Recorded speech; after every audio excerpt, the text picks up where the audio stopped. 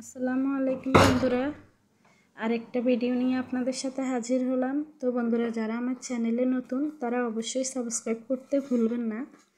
তো আপনাদেরকে দেখাচ্ছি, যেহেতু আমাদের এদিকে এখন বন্যার পানিতে সব কিছু একেবারে কি বলবো, দেখতেই পাচ্ছেন। এটা কিন্তু আমি ছাদের উপরে, আর ছাদের নিচে দিয়ে দেখা যাচ্ছে যে চারিদিকে শুধু পানি আর পানি।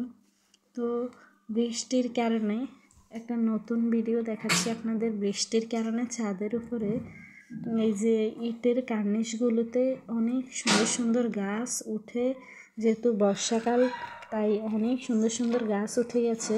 কিন্তু এদিকে একটা দুঃখের বিষয় হচ্ছে যে বন্যার পানির কারণে আমাদের যে বড় আমড়া গাছটার ভিডিও আপনাদেরকে দেখাতাম, এই যে আমরা চেয়ে চেয়ে খেতাম, সেই আমড়া গাছটা কিন্তু বন্যার পানির কারণে মারা গিয়েছে। তো তার পাতাগুলো পুরো ছাদে একবারে ভরে গেছে পড়ে। মনে হচ্ছে যেন আমরা বিদেশি কোনো একটা ইয়ের মধ্যে আছি। বিদেশি গাছগুলোর পাতা যেরকম লাল লাল হয়ে আপনার রাস্তার মধ্যে পড়ে থাকে, ঠিক সেরকমটাই অনুভূতি হচ্ছিল।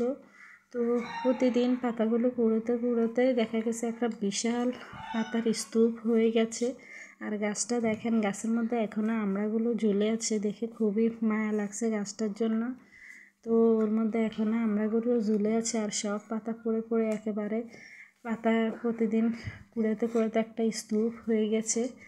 এদিকে কার্নিশগুলোর দিকেও খুব বারবার চোখ পড়ছে, যে গাছগুলো এত সুন্দর সুন্দর ঘাস ফুল হয়েছে যে না দেখলে আপনি চোখ সরাতে পারবেন না। মনে হচ্ছে অন্ধকার রাতে যেমন আকাশে তারা ঝিলমিল করছে, ঠিক তেমনি এই ফুলগুলোও ঘাসের মধ্যে একবারে চকচক করছে।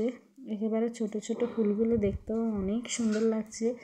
আর ইটের মধ্যে যে শ্যাওলাগুলো, সেগুলো মনে হচ্ছে নরম একটা পাপোশের মতো হয়ে আছে। এই যে দেখেন, আমি হাতে নিয়ে দেখাচ্ছি, মনে হচ্ছে এটা যেন একটা নরম পাপোশ।